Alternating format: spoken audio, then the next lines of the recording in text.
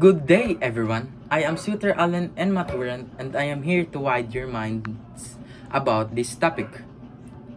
First and foremost, many people have been suffered because of the pandemic. Sectors like education are some of the most affected during the pandemic. All grade levels have been stopped and suspended. All students are locked up in their houses, don't know what to do, and don't know what's happening. It was then 2 years ago since our country's experience of this type of learning method, the face-to-face classes. And now that we are almost back to normal, we should be holistic in the implementation of our new normal face-to-face classes.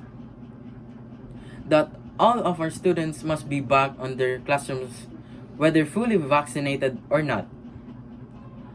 I do not agree with the only fully vaccinated students be allowed to join the face-to-face classes, because our entire pandemic with the social distancing method of teaching has been tough. But we can still understand what our teachers are trying to teach us through the screen. But what about those students who has a low internet connections and those students don't have internet connections? What about our pupils that don't really know how to understand what's on screen? For those students in modular classes, what about those students who have no idea what they are reading about? What about those students doesn't have a good family member or less of family members to teach them? These are just my questions. If we are still in this mode of classes and we won't allow those unvaccinated students to join the face-to-face classes. I am proud that our government is moving on in the pandemic and working on a new normal.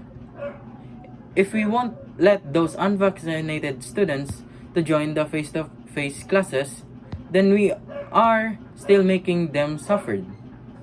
Within all their lives, their choices, and their perspectives about the vaccination. All of that because they have their rights.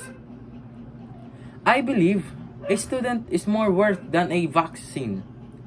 This problem have this of solution like face-to-face classes with healthy protocols, new normal guidelines of teaching, and safe method of teaching.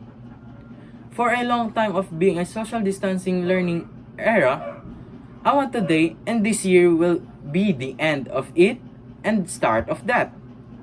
Vaccination should never be a wall of our students' educations. Respect for every students. Thank you.